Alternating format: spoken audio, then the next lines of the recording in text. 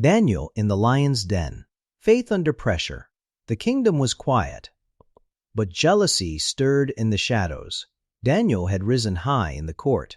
His wisdom was unmatched, his honesty unquestioned, and the king's favor rested upon him. But when people cannot corrupt your integrity, they attack your devotion. They knew Daniel's strength was not in power, but in prayer.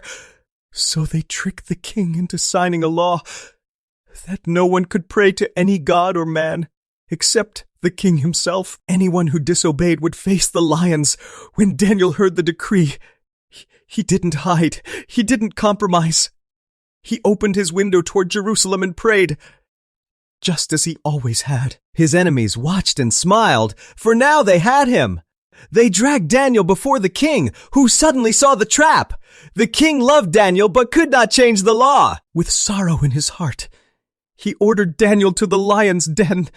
As the stone sealed the pit, the king whispered, "May your God, whom you serve continually, deliver you." That night the palace was restless. The king refused food and sleep, but in the darkness of the den there was peace. The lions circled, yet an unseen presence filled the air. An angel stood beside Daniel, and the beasts grew still. He closed his eyes and prayed in quiet faith, surrounded by calm and light.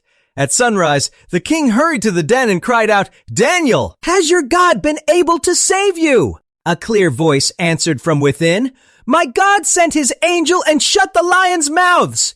They have not hurt me. The stone was rolled away." Daniel stepped into the light, untouched and unafraid, and the king knew no earthly power can silence a heart that trusts in God. That day, a new decree was made. The God of Daniel is the living God, whose kingdom shall never be destroyed.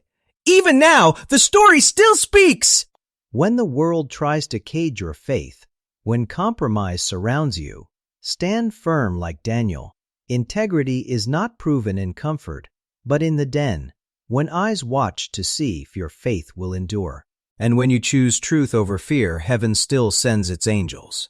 The God who shut the lions' mouths still defends the faithful today. If this story moved your heart, share it. Comment, "Faith wins" below, and remind the world that courage still lives. When you stand for truth, you never stand alone.